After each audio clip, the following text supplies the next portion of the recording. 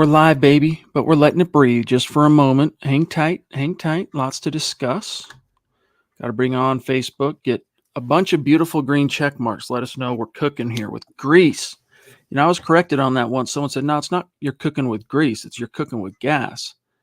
And it makes more sense you're cooking with gas, but that's the way I was raised to say it. I don't know.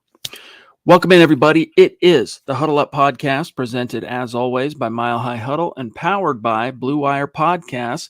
I'm your host, Chad Jensen. With me is my fellow football priest, who you know, who you love, Zack Kelberman. Zach, Drew Lock has literally broken his silence, all right, for the first time since the trade. He has made a statement, and in that statement, he completely, of course, did what you would expect a pro quarterback to do and tipped his cap to the new city, the new fans, ingratiating yourself through a PR perspective, Zach. But then he completely snubbed any and all mention of the Broncos or even like saying thanks to Bronco fans or anything. Am I making too big a deal out of that, or is there a little something there? Like maybe he was a little bit relieved once the dust settled and he could process to get the Sam Hill out of Dodge. Well, I can't blame him if he does feel that way. He didn't have any future in Denver. The last couple years have been a nightmare for him. They've done everything in their power to move past him. They went out and traded for Russell Wilson, and it could have been a worse landing spot for Drew. Now in Seattle, he gets the opportunity to actually start, not just be a backup. I don't know if we're reading too much into it. It might be innocuous. It might be just he forgot to mention the Broncos country, whatever, but I don't blame him if he's harboring any hostility. He went through the ringer in Denver. Some of it was his own doing. A lot of it, though, was outside of circumstances, and it was completely unfair, if you want to call it like it is. I wouldn't blame him. There's the shock aspect, right, Zach? Like when all of a sudden the rug gets pulled out from under you, and a lot of people can relate to maybe either being laid off or being fired even, and it's jarring. It can be jarring, right? And then add into that, like what if in your job that you work right now, you could be traded to another company and no, we're going to trade you to Oklahoma, pack your bags. You're like, wait, yo, I live here. I'm not going. Very weird the way it kind of works for NFL players or pro players in general is they can be uprooted. Now, they collect, Zach, very high benefits for this kind of tightrope situation they often find themselves in. They make a lot of money. You know, Drew Lock, relative to the average American, is making a lot of money relative to quarterbacks in the NFL. Not so much, but I can't blame him. Here's what he said, though, and can I blame him? No. Do I think he could have been smarter with this? Yes. But here's what he said, quote, officially a Seahawk and officially pumped. Thank you for welcoming me to your great city and first-class organization. You have set the standard of winning, not a standard. You have set the standard of winning. I understand where that bar is set. Can't wait to play in the loudest stadium in front of the best fans in the NFL. I respect the history and excited for opportunity to write more wearing the number 2. Proud to be a Seahawk. And then he closes with Drew. So, Zach, number 3, sacrosanct in Seattle. No one's going in there and wearing Russell Wilson's number. He's changing to number 2 is Drew Lock, but that's the full statement. Yeah, and we have to remember that these players' agents a lot of the time write these statements for him, and it's all vetted beforehand, kind of like a template. And I feel like no matter where he went, he would have called those fans the best in the NFL. A lot of it would have been the same. So we can look into it, but he's no longer a Bronco. I do wish him the best in Seattle. I hope he gets an opportunity to show what he can do, and I hope he does it to the best of his abilities. But we got Russell Wilson, baby. And this shirt still works, and I'm still rocking it. Let him hate. It does. Let him hate. It does, and there are people that are hating on Russell Wilson in the Bronco trade. There are people that are saying he's washed up. There are people saying that, hey, this is just going to be another failed grasping at the quarterback straws by the Broncos. We'll come back to that. J-Bone, as we lovingly call him, Justin Statler, jumping in. It's been a minute, but he's got a $10 super chat. We're very grateful. Thank you, J-Bone. He says, I only read the title. I couldn't stay till this is live, but I want to leave my 2 cents. Locke didn't snub the Broncos. He embraced a new city and fans. Scott, was there another component? I can't remember what you told me, but either way. Oh, and then he says, yes, he has been replaced And I can be happy about that and admit that the Broncos failed him just as much, if not worse, than he failed them at the same time. They are not mutually exclusive. Yeah, I mean, there's two sides to the story. Pick the cliche. Takes two to tango, whatever. But here's what I'm saying. Drew Lock didn't throw shade at the Broncos. There's something to be distinguished here. All right, there's a difference. He didn't throw shade at Bronco fans, didn't throw shade at the Broncos, Zach, but he snubbed them. Look at Russell Wilson. All right, get it? Much more polished, much more established, definitely much more PR savvy. All right. He took time out of the gates as he's discussing his excitement of being a Bronco and kind of tipping his cap to all the new fans in Denver. He took time to genuflect to the fans he's leaving behind and the city he's leaving behind and the team that he's leaving behind. That was smart. Now, I get it. Drew didn't get the pomp and circumstance, Zach, that Russell got. No one's who knows? Maybe they'll put him up in front of a microphone here in the near future, but all he could do was put it in a statement. I just think he could have chosen his words a little bit better. Russ is also a lot more accomplished and successful, so he has more to kind of thank the fans for and reminisce about. What is Drew Lock going to say? Oh, well, I improved those last 3 games last year where we lost. We went 0-3. It was a bumpy ride in Denver, to put it lightly. There was a brief moment where you and I thought, some Broncos fans and media thought, he can be the future. He was the next man up to succeed Peyton Manning and finally solving that long-standing pit of misery at quarterback in Denver, but it didn't work out like that. And the Broncos had a chance to get a franchise elite quarterback, future Hall of Famer, and Drew Lock was a part of that deal. So it was a win-win, I think, for both sides. And again, I don't blame Drew, and I wish him well in his next endeavor. I'm going to find this article, by the way. The Seahawks are keeping their quarterback options open, but they are very much from a public-facing perspective, talking about Drew Lock and being confident about Drew Lock as the potential starter in 2022. I'll find the article. I'll grab a few things that the GM there, John Schneider, said about that. But here's Najee Al-Taf jumping in with a very generous super. Thank you, bro.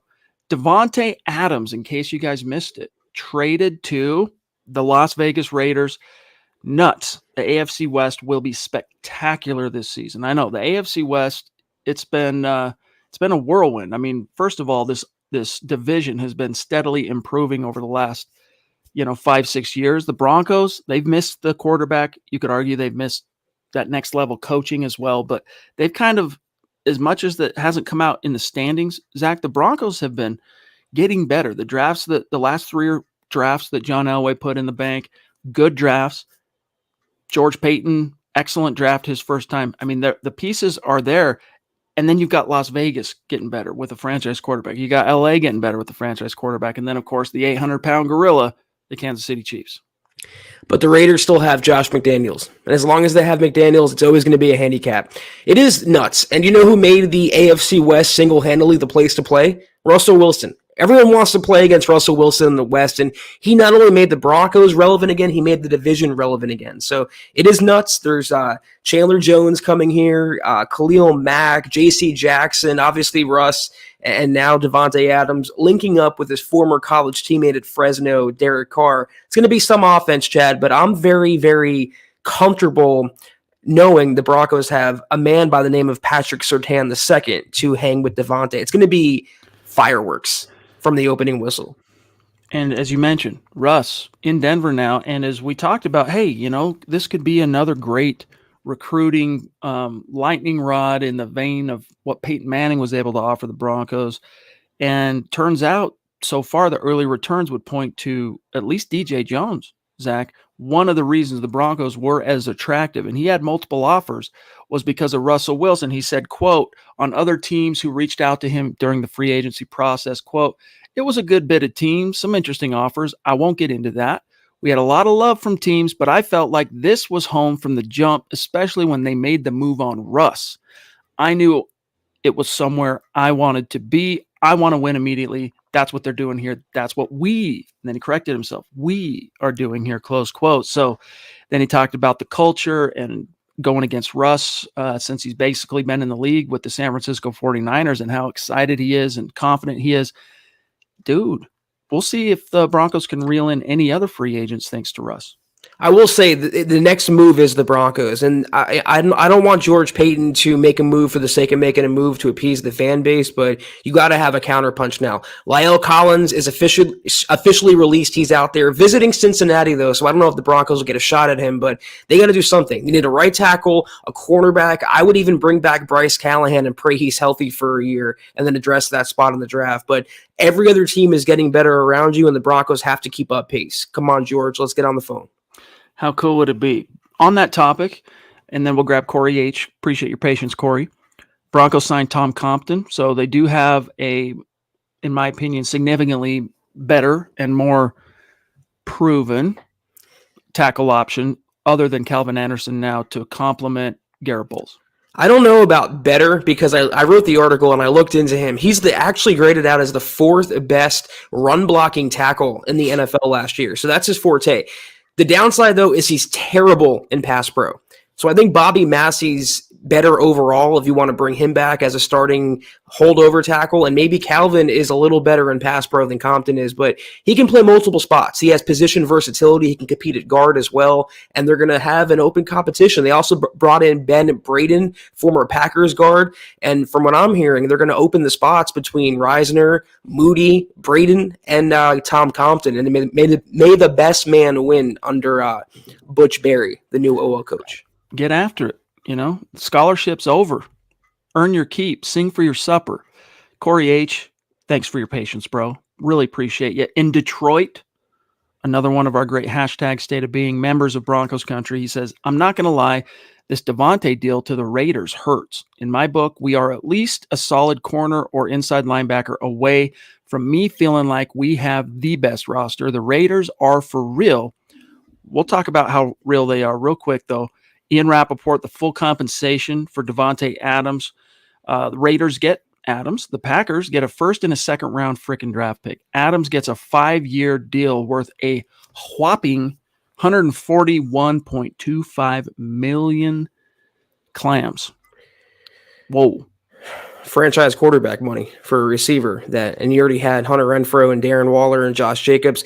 The contract they gave him was worse to me than the draft compensation they gave up to land Devontae. I understand why they made the move, but that's a lot of coin for a wide receiver, a non-quarterback. And you know what? He's the best route running wide receiver in the NFL. All right. Jerry Jeudy, though, now with a competent quarterback, might be able to outpace him. We'll see on that. But Zach, Devontae Adams, let's not forget, he's 29. Now, he just turned 29 in December, so we can say, though, he's entering his age 30 season. This is about, Zach, where it can and often does, the wheels start to fall off for NFL wide receivers. So it'll be interesting to see how, really what dividends are paid on this. But to Corey's point here, the Raiders are for real. Well, there's one little caveat there that, I guess we can go based on past history, but we don't really know yet, and that is the coaching. Did the Raiders make a next level hire here in going after McDaniels, or are they fixing to repeat the same pit of misery type of results the Broncos got from him for 2 years, a decade ago? That remains to be seen. He's already proven, Zach, that he is a upper echelon play caller, and he's an upper echelon coordinator.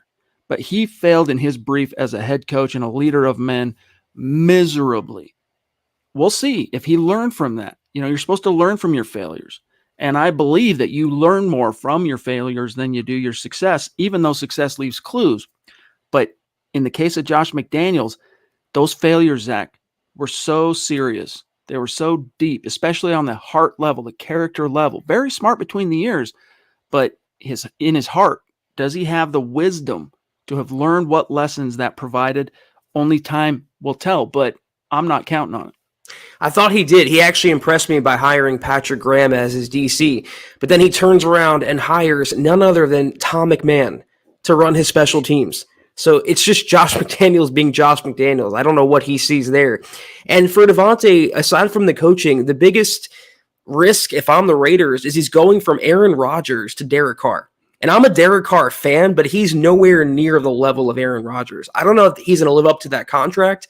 I don't know if he'll ever look the same as he did in Green Bay. That's a major gamble for the Raiders. And biasly, I hope it doesn't pay off. I'm surprised Aaron Rodgers didn't find a way to kind of, block that from happening. I don't know. Either way, T twice in the house, Travis Tarbox. What's good, big dog? He says, I asked Scott his opinion on Deshaun Watson this morning, and he basically pled the fifth. I respected his decision, no doubt. Well, what exactly are we talking about here? Just overall, he's no longer nuclear. He's no longer toxic in that sense, Zach. Deshaun Watson. He can now go on and continue leading what was shaping up to be a very prodigious NFL life. But what's your take on Deshaun Watson? Do you think he's going to pick up where he left off prior to all the drama and the allegations, or do you think he's a changed man in a negative sense relative to football? Well, that was my thought. If you believe people don't change, then you're always going to have a risk with Deshaun Watson. I'm not saying the 22 allegations are all true or he's being railroaded, but it's 22 allegations, not one or two. So there's a repeating pattern here, and he's always going to be at a risk of reoffending in some way. The microscope is going to always be on him, and he knows the next step, the next strike in the NFL would be a year-long suspension or whatever. So there is a risk taking him on. I always thought he was a good quarterback, but is he a Super Bowl caliber? I don't know. He led the league in passing in 2019. The Texans went 4-12. So how really good is Deshaun Watson? I think he's a franchise quarterback, but a guy to give up 3 first-round picks to, a guy that you're going to circle in a Super Bowl berth with, I don't know about that. Interested to see where he lands up, either Atlanta or New Orleans. I think New Orleans would be a nice landing spot for him, but we'll see. In the NFL, it's basically this. Did you get proven guilty of something egregious? I mean, these are egregious allegations. Were you proven guilty? No? Okay, then we're going to go ahead and move forward as if it never happened. NFL likes to kind of be oblivious because the most important thing to them is the bottom line, and the most important thing to the bottom line is providing a winning product on the field. And so, you know what? He'll probably settle some of these things and move on with his life. I don't know, man. As Zach said, there wasn't enough there for a grand jury to indict him on any kind of criminal charges, but that doesn't mean there wasn't any there. The sheer magnitude of the number of women that came forward, that's what's concerning. But I think now, Zach, really, I mean, we could sit here and discuss the character flaws and strengths of Deshaun Watson, but bottom line is he's NFL has the green light. He's been rubber stamped to get back into the saddle. Well, I just love how, because he's not going to be charged criminally, he's suddenly free and clear and has no bad reputation. And all I'm hearing about is Randy Gregory's baggage and nothing about Deshaun Watson's baggage. So a guy with 22 allegations of sexual misconduct is more innocent in the eyes of many than a guy who smoked weed for anxiety. There's always a double standard in the NFL. I think because Watson plays quarterback, he has that, get out of jail free card, literally and figuratively. I just hope wherever he ends up, he stays on the straight and narrow. He is a good player to watch, fun player to watch, but I don't know.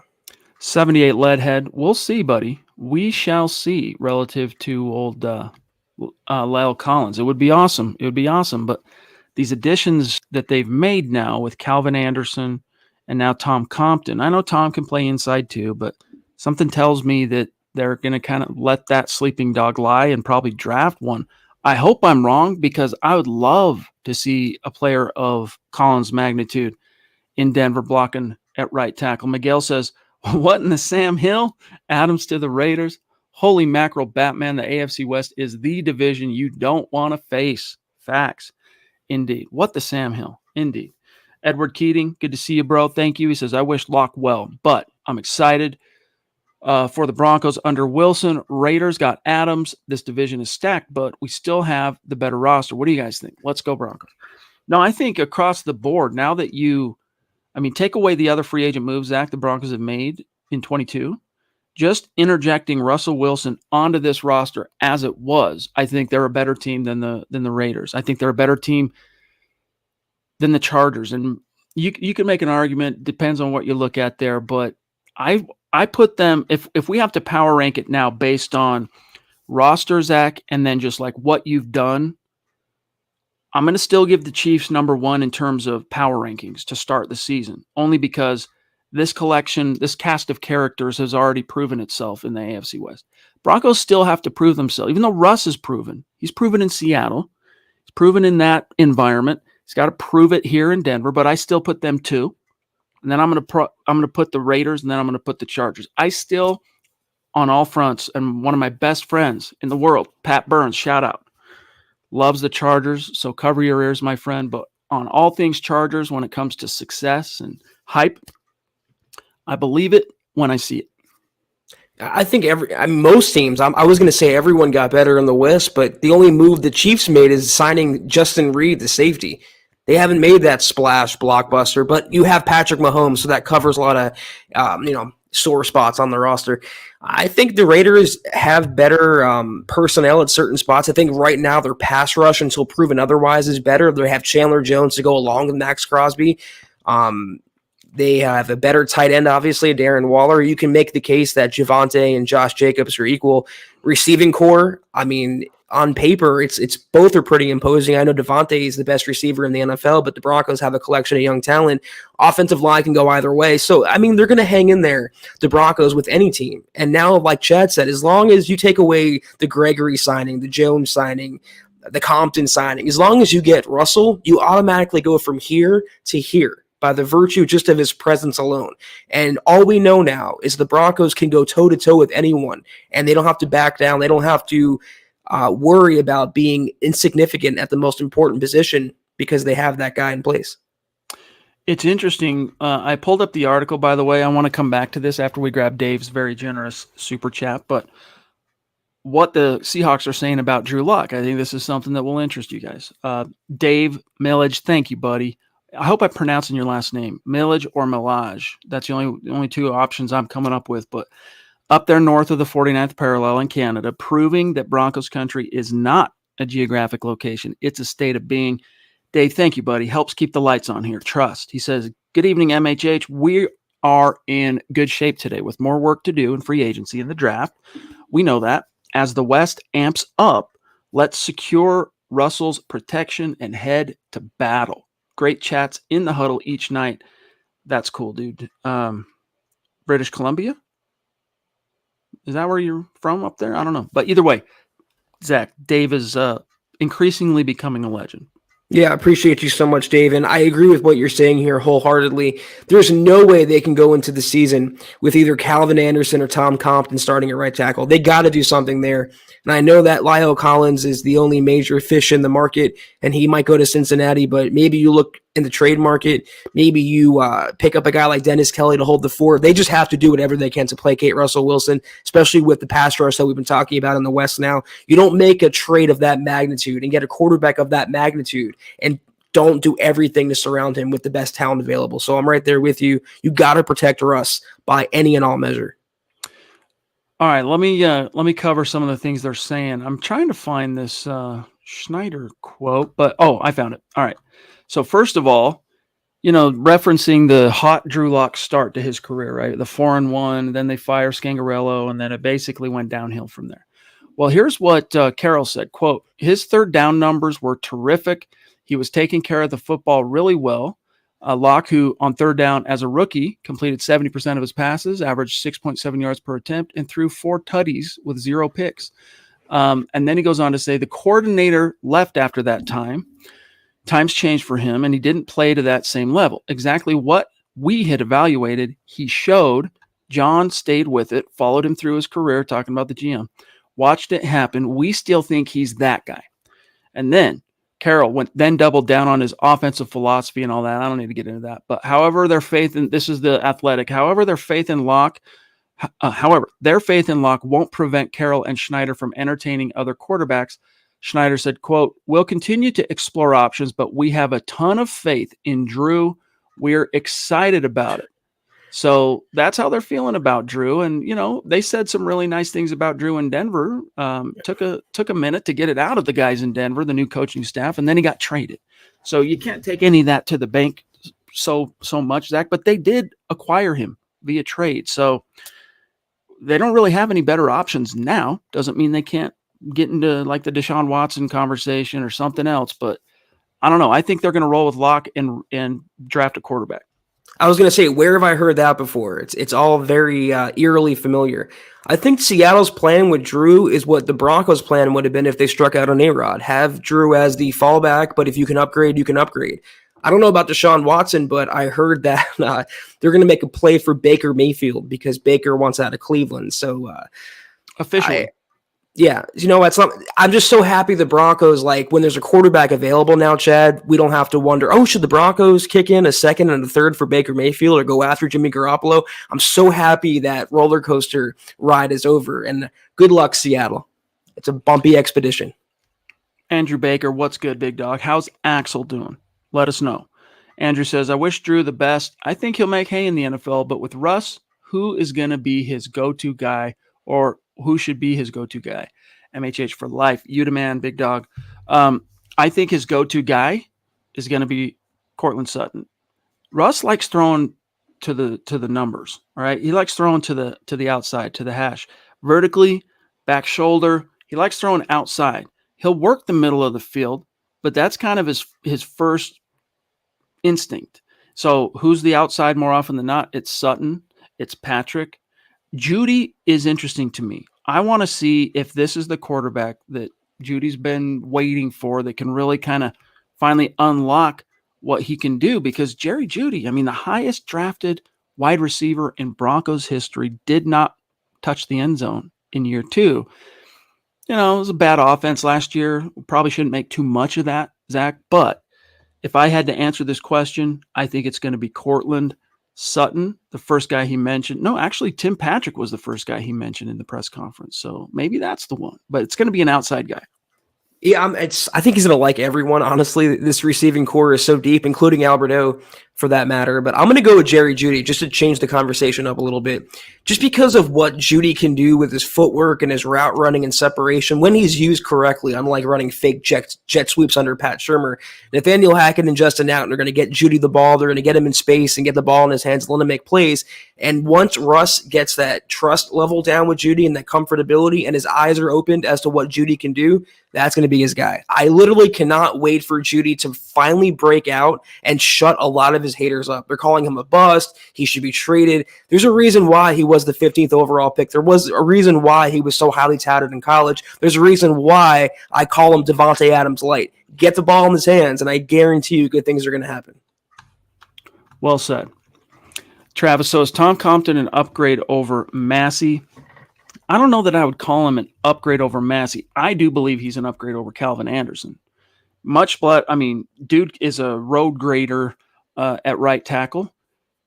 Pass blocking, not so much, as you heard Zach mention it earlier in tonight's show. But Zach, here's the thing.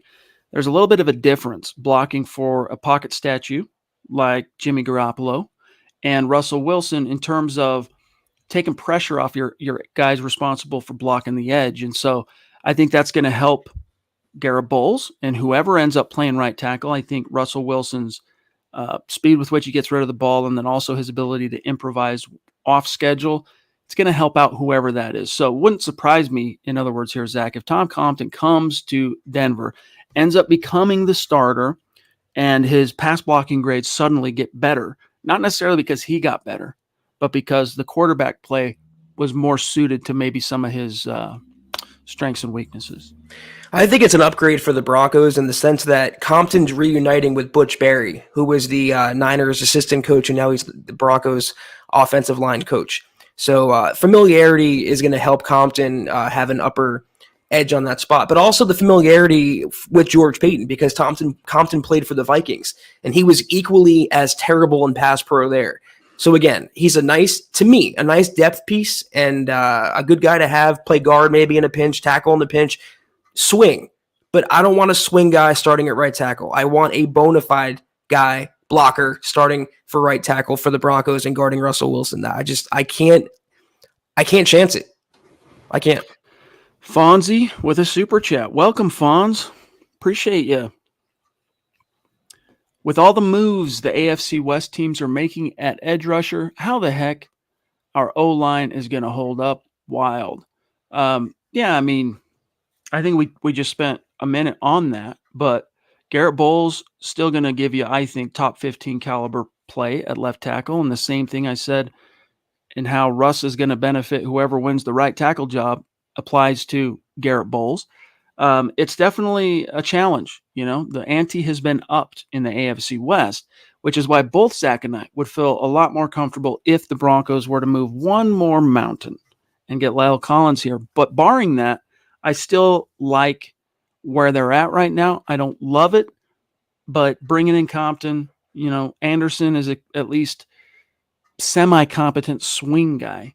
And then, hey, partake in this tackle class in the draft because there's some good ones. That's where I think they're going to go. If they don't make any other moves between now and the draft, they got to use a premium pick to shore up right tackle. Just get some guy that can compete.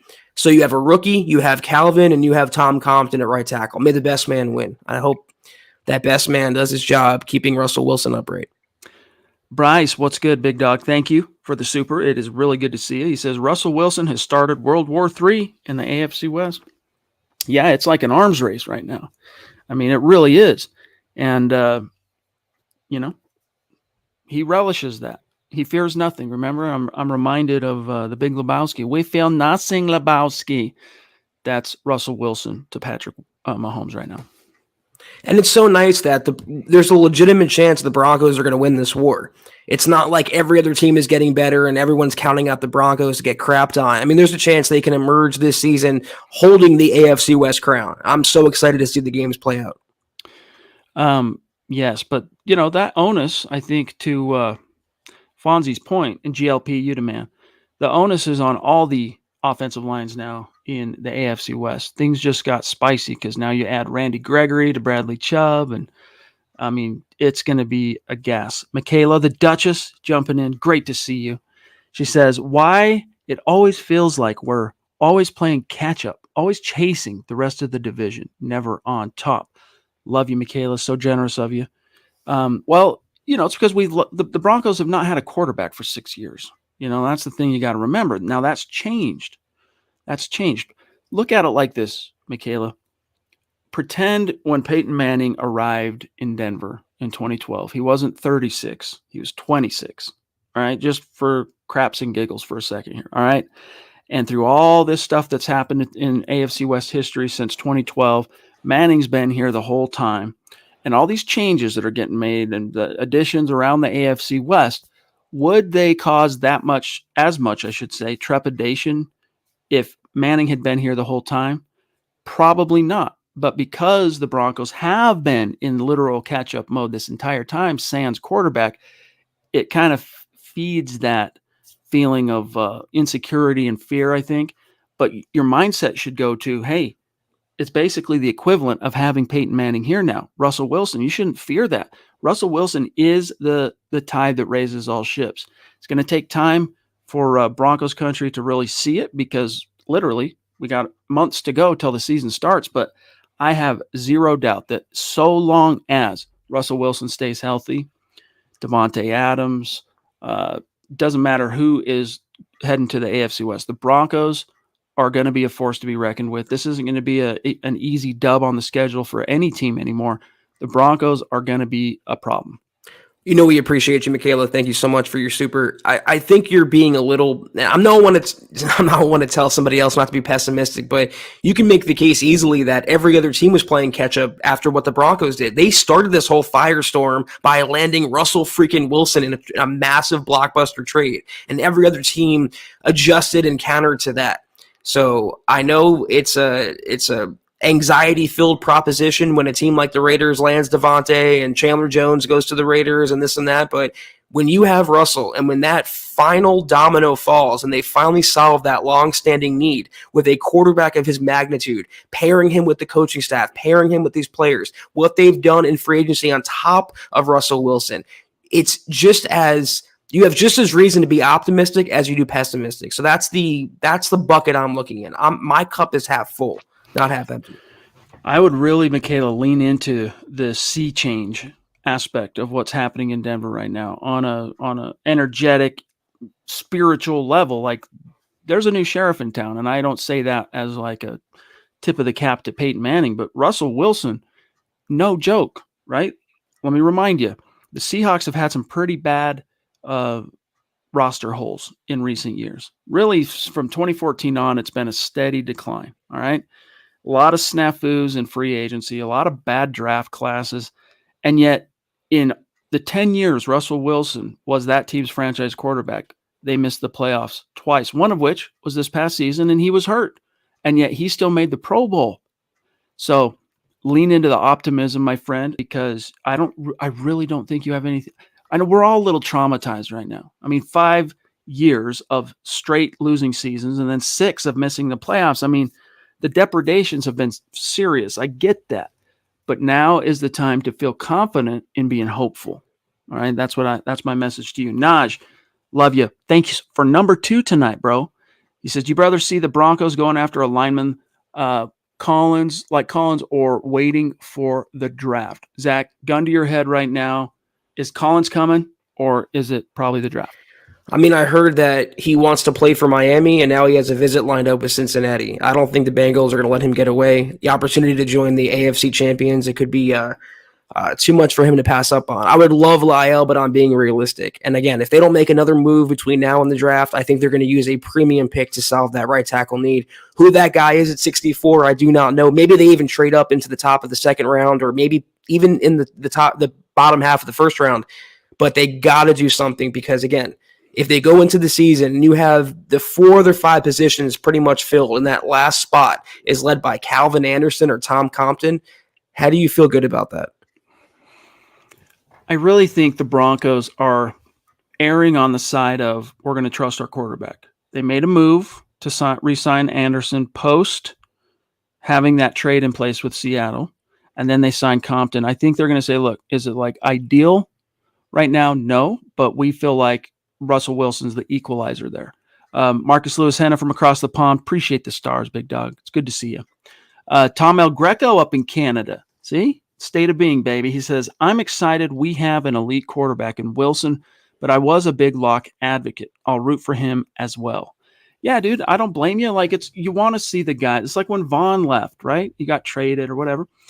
I think all Broncos fans, for the most part, were rooting for him to succeed. And when the Rams made it to the Super Bowl, even though we're an AFC fan base, I think most Bronco fans, Zach, were rooting for Vaughn to get that second ring. And the same goes for when Philip Lindsay left, a little bit lower, significantly lower profile, Philip Lindsay, but pick the player. I mean, you want to see him succeed elsewhere, unless they take their talents to a rival like the Chiefs, the Raiders, the Chargers.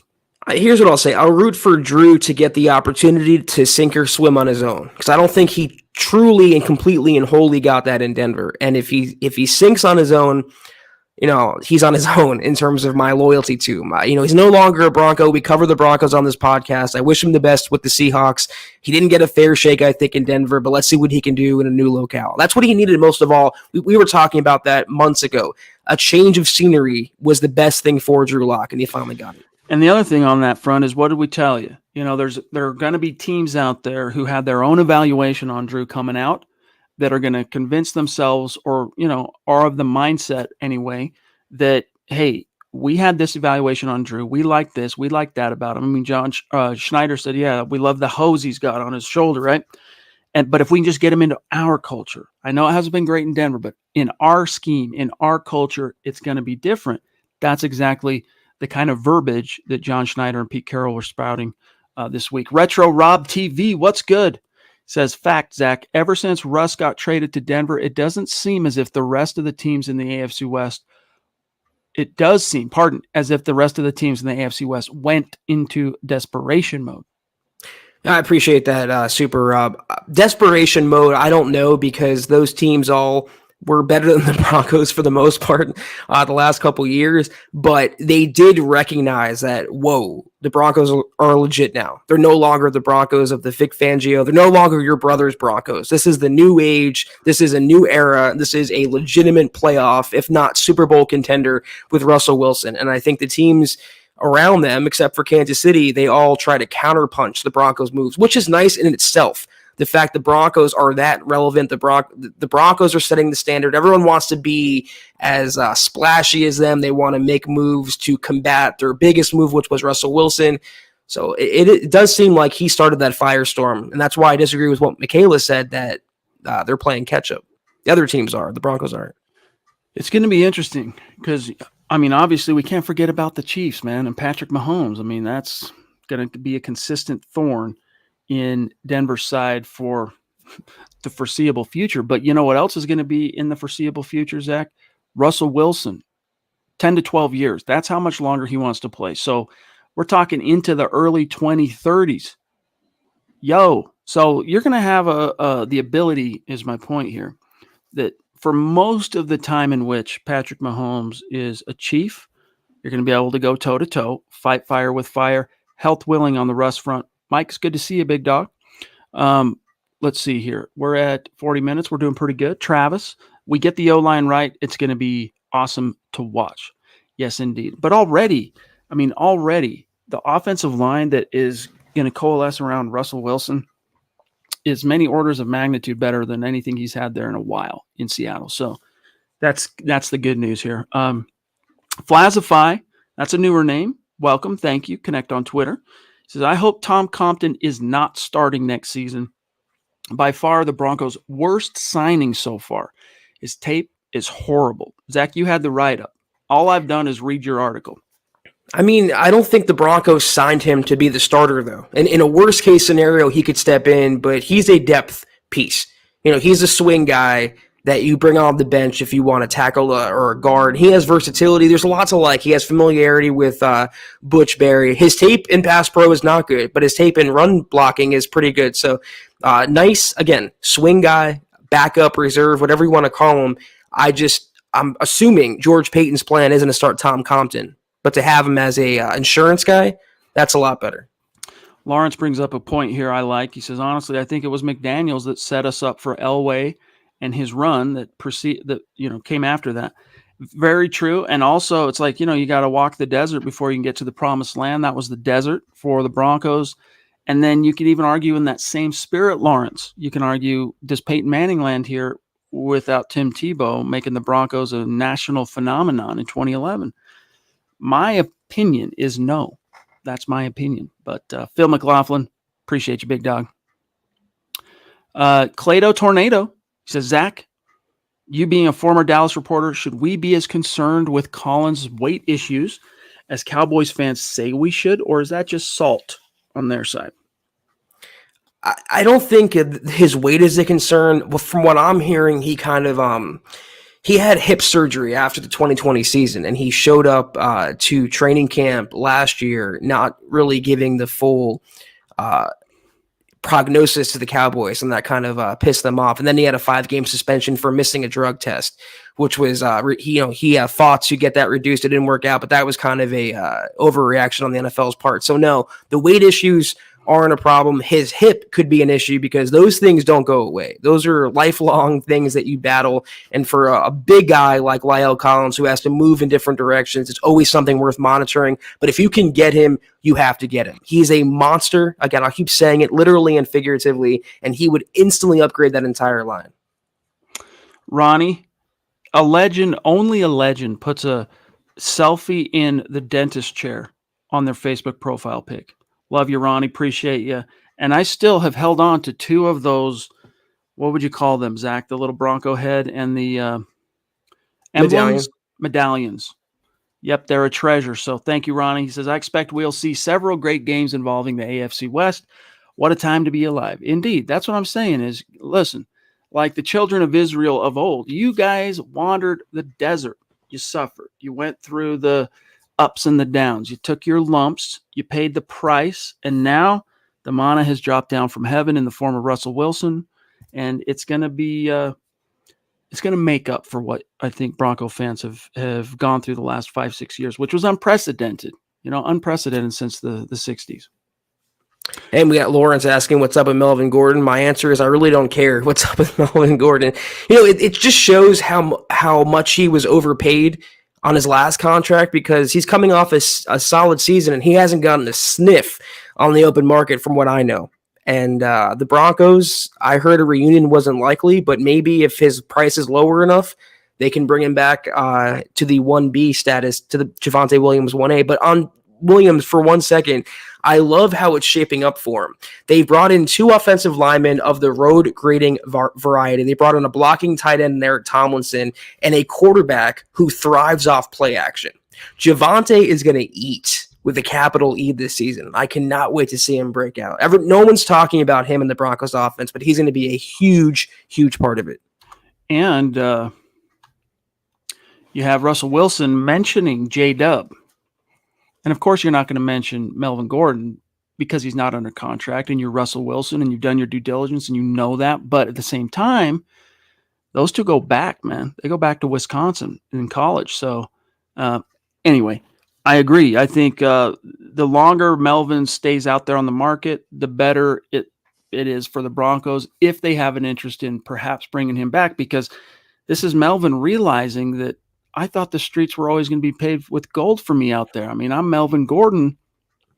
Yeah, $8 million. You were a little bit overpaid, big dog. Jeremy, what a breath of fresh air this offseason has been. The quality of character the guys Peyton continues to bring in is impressive. It's a testament to how important a good GM really is in building a competitive franchise. Yes, and a GM who's unafraid of being aggressive and taking risks while keeping somewhat of a pragmatic hat on. Like, that would be my one biggest complaint about John Elway is the Peyton Manning thing.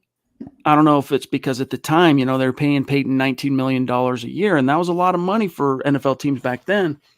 Yeah, I don't know if it was that, but John Elway became very miserly almost. Like he just wasn't swinging for the fences. And I think the closest he got to swinging for the fences was drafting Paxton Lynch in the first round, and it was late in the first, and you really had to talk yourself into that one, John and Matt Russell. So, look, George Payton said, I want to be a part of every deal. We're going to be a part of every deal. Doesn't mean we're going to make every deal, but Zach, that has come out in the wash, dude. This guy is plugged in. He's active. He's definitely got plenty of Folgers stacked up in the office because, indeed, coffee is for closers, and he's closing the deals. Yeah, and nothing ever leaks out of the Broncos front office. None of us know what his next move is going to be, and that's a sharp contrast to the Elway era as well. But it's also how Peyton negotiates and how he structures these deals. Russell Wilson, I think the Broncos, quite frankly, stole him from Seattle, considering what they gave up. You signed Randy Gregory to a massive contract, but if you look at it closely, $6 million cap hit, you can get out of it after 2 years. I just love the direction of the Broncos under Peyton, who in 1 year, made them a title contender. Great job. Jeremy says, I hope Pete Carroll gives Locke his chance. We'll see, buddy. I do too. I mean, I really do wish the best for Drew. I still think he's a very talented quarterback. It's going to take the right coaching staff to help him put it all together between the ears, and we'll see if that's Seattle or not. And, of course, the onus is on him as well. Andrew Baker, Axel's doing great. Thanks, guys, for the love. Great to hear. Great to hear. Thank you for the update, my friend. Yeah, Albert brings up the point. Jerry Jeudy didn't get mentioned during the presser yesterday. I think it's because he was speaking to the people that were there. If you look at some of the pictures of the players that were in the back of the room during Russ's time, he's talking to the people who he can see. That's how I read into it. I could be wrong, but I don't think there's anything. Judy's name not being front and center yesterday, I don't think there's really anything to take away from that per se, though. Nah, he's going to be a star, and I think Russ is going to, like I said, he's going to love throwing to him. He's going to break out this year. Mike Kane. Good to see you, Mike. Great show, guys. I'm not worried about Adams to the Raiders. They're still the worst team in the AFC West. See, I think the Chargers are the worst team in the AFC West. Now, I could be wrong on that because the coaching could be the thing that levels the playing field, so to speak. And Brandon Staley, he had set the Chargers up for a playoff run, and then they kind of caved down the stretch.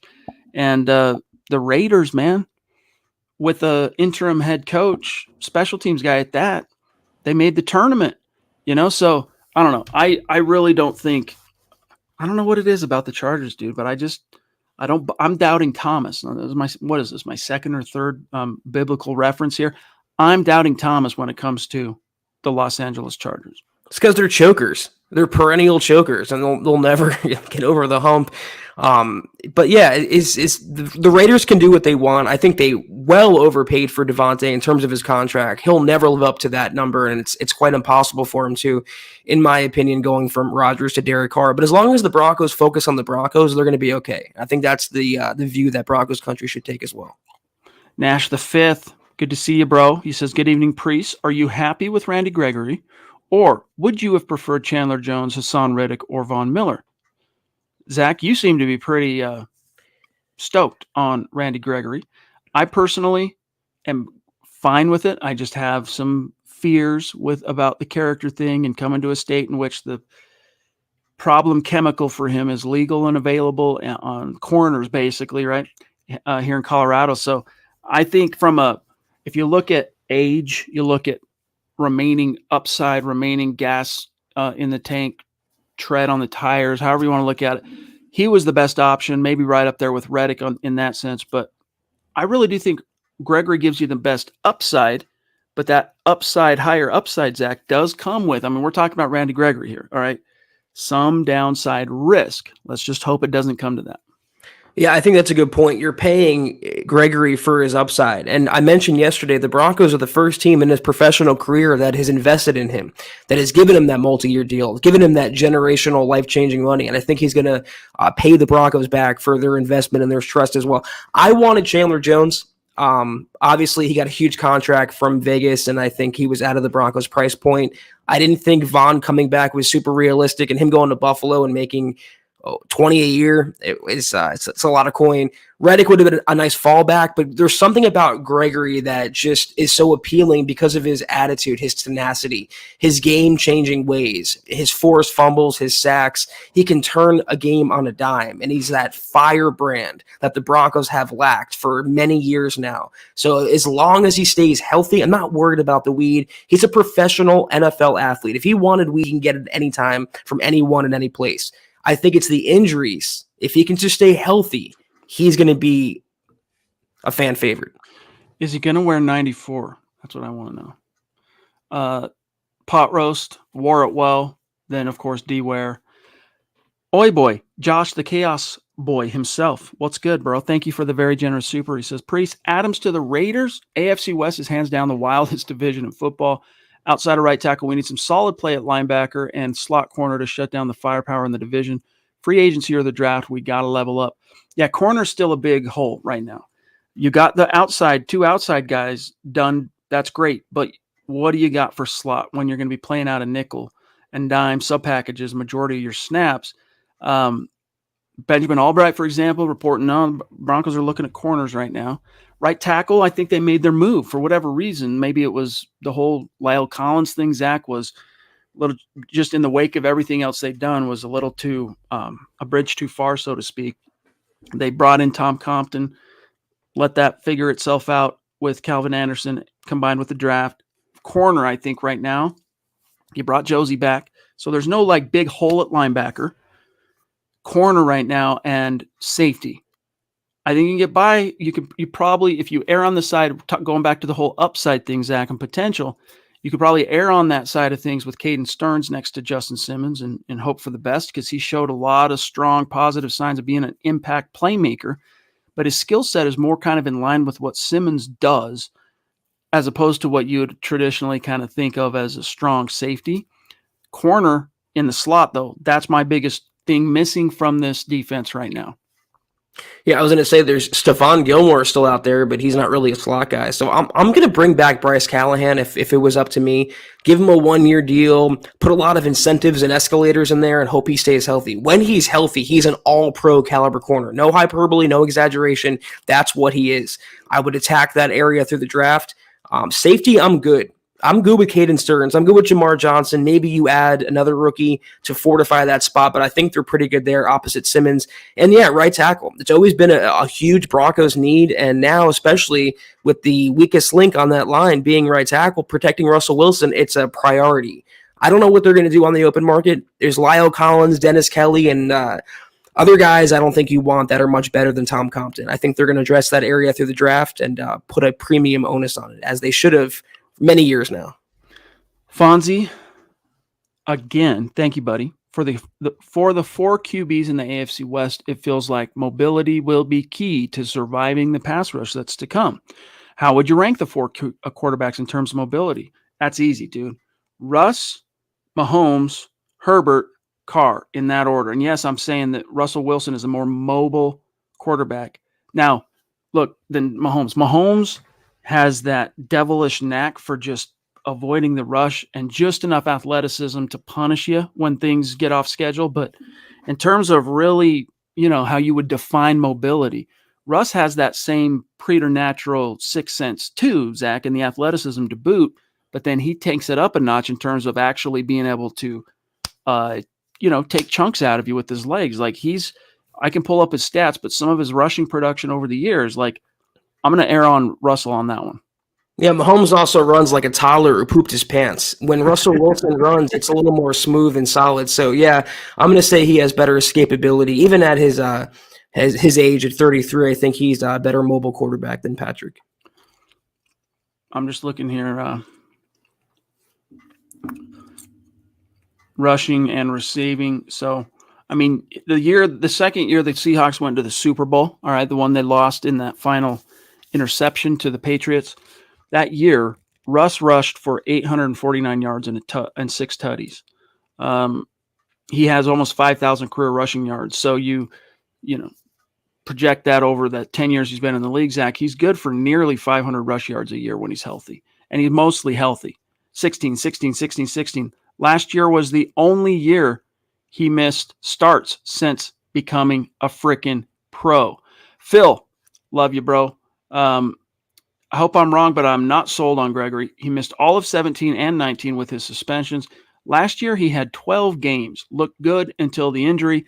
So let's hope that is his new standard. I also wonder why Peyton would let Morgan Moses, the tackle, get away when the Ravens got him for $5 million a year. Keeping the faith. Yeah, it's a good question. I think, again, the Broncos are hedging on Russell Wilson being able to elevate a few of the guys that on the surface don't inspire a ton of confidence. Well, Phil, I agree with your Moses point. I said that yesterday. $5 million a year would have been a steal, and he would have been a giant upgrade on Compton and Calvin. So they did miss there in that sense, but maybe they thought they can have a better chance at Lyle Collins. To the previous point about Randy Gregory, I'm just, how far long ago 2019 is an NFL term? That's 3 years ago. He hasn't been in trouble since then. He's been on the straight and narrow. He's grown up and matured a lot. Trust me on that when I tell you. He's a different man than he was during those suspensions. He had anxiety. He learned to cope with it and overcome it. It's not the weed. It's not his baggage that's a concern. It's the injuries. If he stays healthy, you have a double-digit sack guy that's going to change games single-handedly. I promise you that. Christian, do you expect the Broncos to target a long-term right tackle like Trevor Penning instead of acquiring Collins? I think that would be the more likely outcome right now is a tackle in the draft than Lyle Collins. But, Penning, doing some research, we got a question similar to this last night. Dude's not getting out of the first round. So unless the Broncos want to figure out how to get back into the first round, which, they don't have a second-round pick next year. They've got their 64 this year. They got 2 3s this year.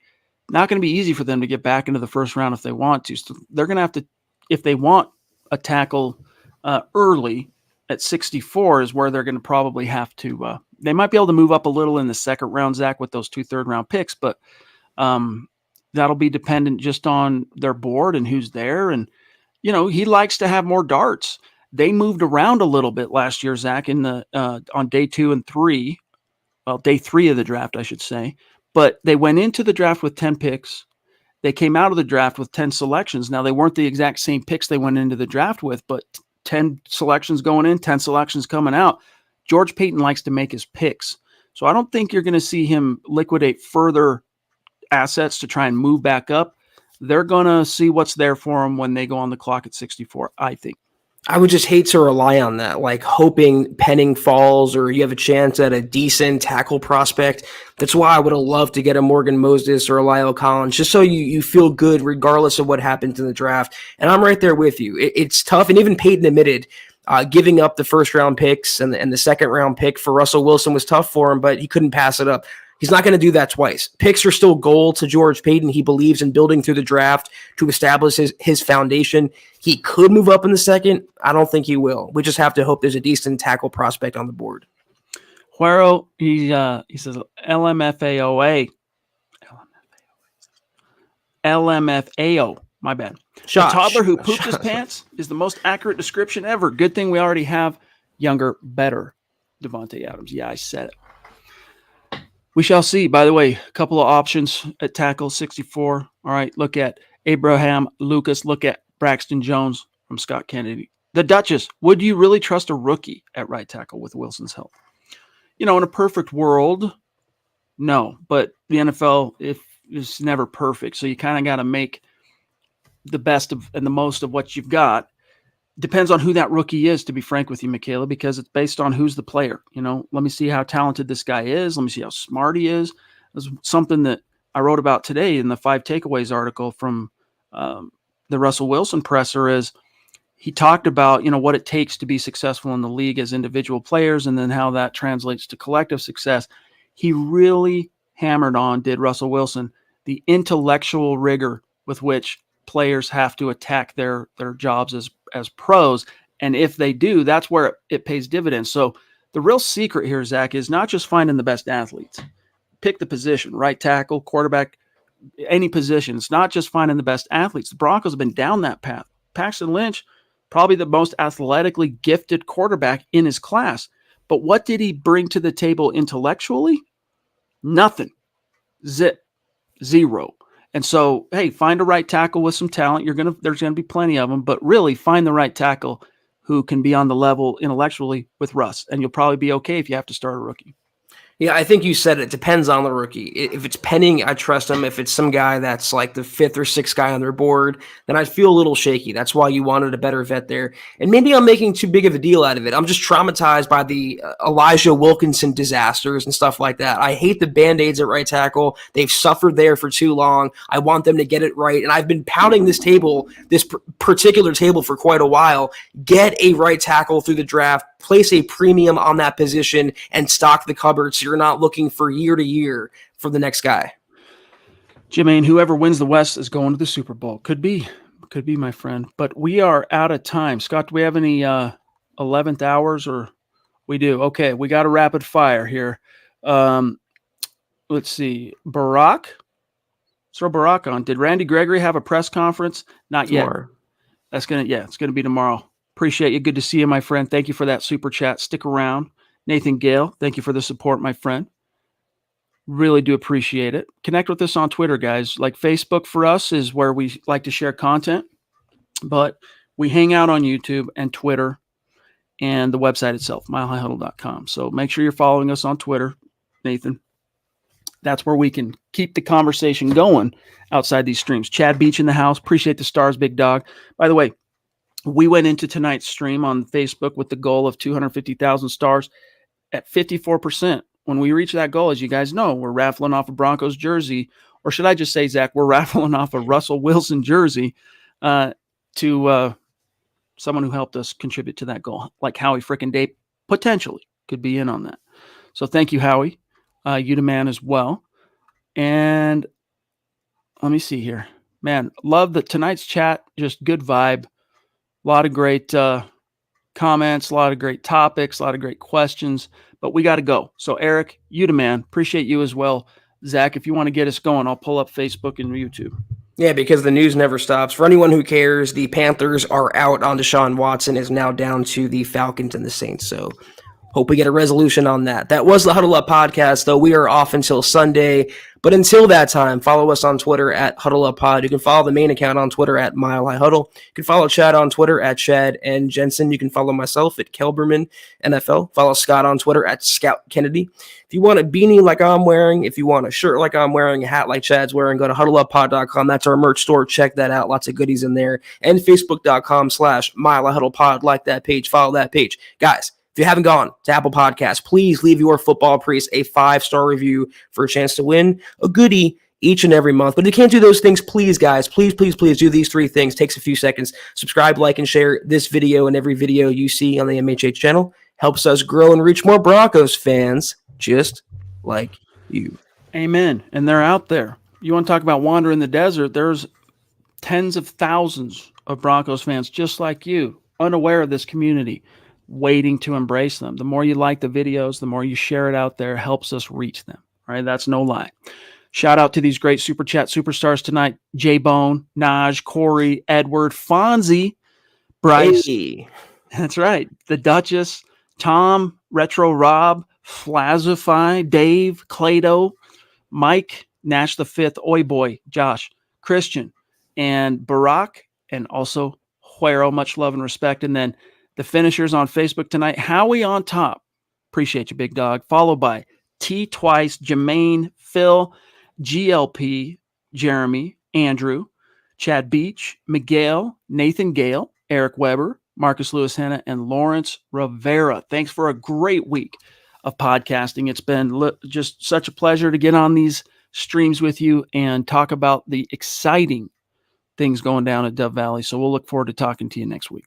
Guys, have a great weekend. Enjoy the Russell Wilson afterglow. It's still an amazing trade, exciting time in Broncos country. We'll see you Sunday night. Take care, and as always, go Broncos.